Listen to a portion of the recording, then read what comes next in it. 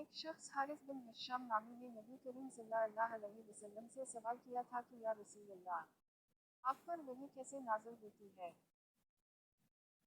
آپ صلی اللہ علیہ وسلم نے فرمایا کہ وحی نازل ہوتے وقت کبھی مجھ کو گھنٹی کی سی آواز محسوس ہوتی ہے اور وحی کی وہ کیفیت مجھ پر بہت شاق گزرتی ہے۔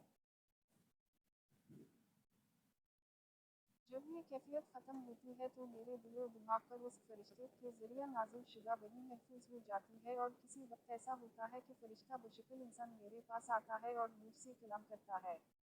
بس میں اس کا کہا ہوا یاد رکھ لیتا ہوں۔